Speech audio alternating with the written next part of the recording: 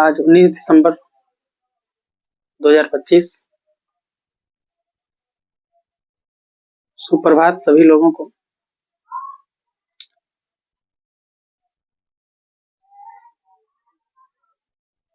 आज हम त्रिकोणमिति के कुछ सूत्र को पढ़ेंगे। चलिए, इसमें एक चीज लिखा हुआ है कि कर्तव्य भावना से बड़ी होती है। नहीं, हमारा जो कर्तव्य है वो हमारी भावनाओं से बड़ी होती है और होना भी चाहिए।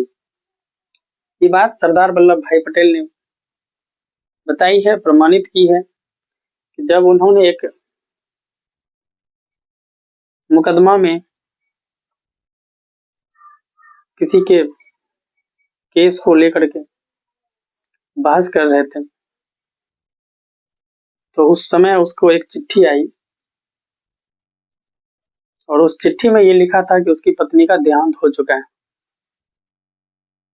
अब सोचिए कि उस समय उन्होंने अपनी भावनाओं को दबा करके अब उस कर्तव्य को चुना, किसी को एहसास तक नहीं होने दिया कि उस चिट्ठी में क्या लिखा हुआ है, थोड़ा सा भी भावुक नहीं हुआ।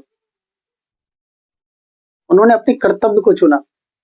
उन्होंने सोचा कि जो चला गया उसको बचाया नहीं जा सकता, लेकिन अभी जो हम जिस केस को लड़ रहे हैं हम इसको बचा सकते हैं, हम यहाँ प्रेजेंट हैं, ये मेरा कर्तव्य है। और उन्होंने अपने कर्तव्य को चुना, अंदर की सारी भावनाओं को घोंट करके पी गए। उसी तरह से एक उदाहरण हमारे विश्व के नंबर 1 क्लासिकल बल्लेबाज विराट कोहली के बारे में भी सुने होंगे कि उसके पिताजी का जब देहांत हुआ तो उस समय उसके दूसरे दिन उसका मैच होने वाला था और देहांत का खबर सुनने के बाद भी उन्होंने घर आने से इनकार किया। पहले अपने कर्तव्य को चुना, भावना को दबाया, उसके बाद उन्होंने दूसरे दिन मैच भी खेला और टीम को जिताने के बाद फिर वो अपने घर लौटे अपने पिता के अंतिम संस्कार के लिए। तो बड़े बड़े महापुरुष कुछ ऐसे शब्द छोड़ गए हैं जो अगर हम अपने जीवन में उतारते हैं तो हमारा जीवन भी सफल हो सकता है। इसलिए महापुरुषों की जीवनी को पढ़नी चाहिए, समझना चाहिए। चलिए आगे हम लोग पढ़ते हैं। त्रिकोणमिति का कुछ फार्मूला है। Sine theta into cosec theta बराबर 1। तो साइन थीटा बराबर क्या होगा? ये इंटू का चिन्ह, गुना का, गुना वाले को जब उस साइड ले जाते हैं तो भाग हो जाता है। तो साइन थीटा बराबर क्या होगा? 1/, कोसेक थीटा, या 1/, कोसेक थीटा बराबर पूछेगा तो क्या होगा? Sine theta. उसी तरह से कोसेक थीटा को अगर लेते हैं तो साइन गुना में है, उस साइड जाएगा तो क्या होगा? भागा में हो जाता है। तो कोसेक थीटा बराबर हो गया 1/, साइन थीटा। यानी ये रिवर्स फार्मूला है, उल्टा। साइन का उल्टा क्या होता है? कोसेक। कोसेक का उल्टा क्या होता है? साइन होता है। तो जब दो रिवर्स को गुना करते हैं तो उसका वैल्यू हमेशा 1 होता है।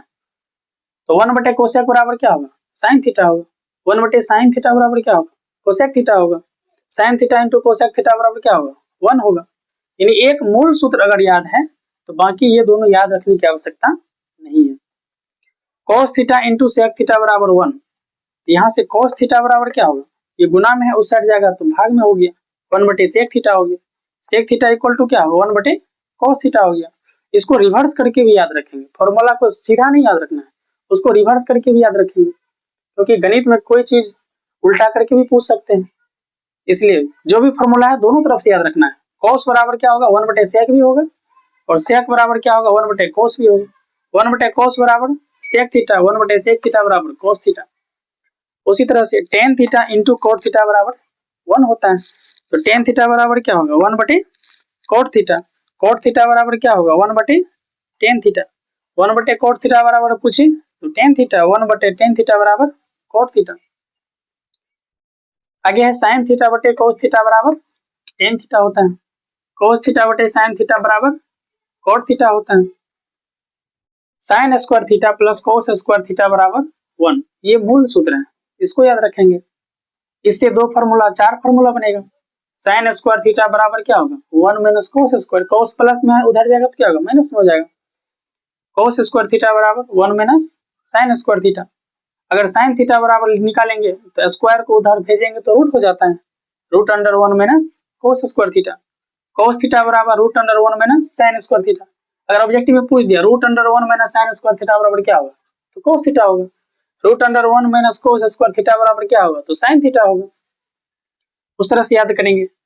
सेक square theta minus tan square theta बराबर 1 होता है, तो सेक स्क्वायर बराबर क्या होगा 1 प्लस टेन स्क्वायर थीटा, यानी माइनस है तो उधर प्लस हो जाएगा। टेन स्क्वायर थीटा बराबर सेक स्क्वायर थीटा माइनस 1 होता है। इसमें सेक थीटा बराबर क्या होगा, स्क्वायर को उधर भेजेंगे तो रूट हो जाएगा, root under 1 plus tan square theta. Tan theta बराबर क्या होगा, root under sec square theta minus 1 होता है। अगला है cosec square theta minus cot square theta बराबर 1, तो कोसेक स्क्वायर थीटा बराबर क्या होगा 1 plus cot square theta. Coat square theta बराबर क्या होगा, कोसेक स्क्वायर थीटा माइनस 1 होगा, यानी इसको कोसेक थीटा बराबर क्या होगा, स्क्वायर को उधर भेजेंगे तो रूट हो जाएगा, root under 1 plus cot square theta. Cot theta बराबर क्या होगा, root under cosec square theta minus 1 होगा। यानी फॉर्मूला को दोनों तरफ से याद करना है। जैसे पूछ दिया 1 प्लस कोट स्क्वायर थीटा बराबर क्या होगा, तो cosec square theta. Cosec square theta minus 1 बराबर क्या हो गया, cot square theta. Root under 1 minus sine square theta बराबर क्या होगा, cos theta. Root under 1 plus tan square theta बराबर क्या होगा, sec theta. Root under sec square theta minus 1 बराबर क्या होगा, टेन थीटा। इस तरह से सारे फॉर्मूला को याद करेंगे। यानी जो मूल सूत्र है उसको याद रखना जरूरी है। ये चीजें अगर याद है तो बाकी आप अपने से बना सकते हैं, अपने से तैयार कर सकते हैं। आगे है साइन 90 माइनस थीटा बराबर cos theta. Cos 90 minus theta बराबर sine theta. Tan 90 minus theta बराबर cot theta. Cot 90 minus theta बराबर tan theta. Cosec 90 minus theta बराबर सेक थीटा, और सेक 90 माइनस थीटा बराबर कोसेक थीटा। ये सब फॉर्मूला याद रखना जरूरी है।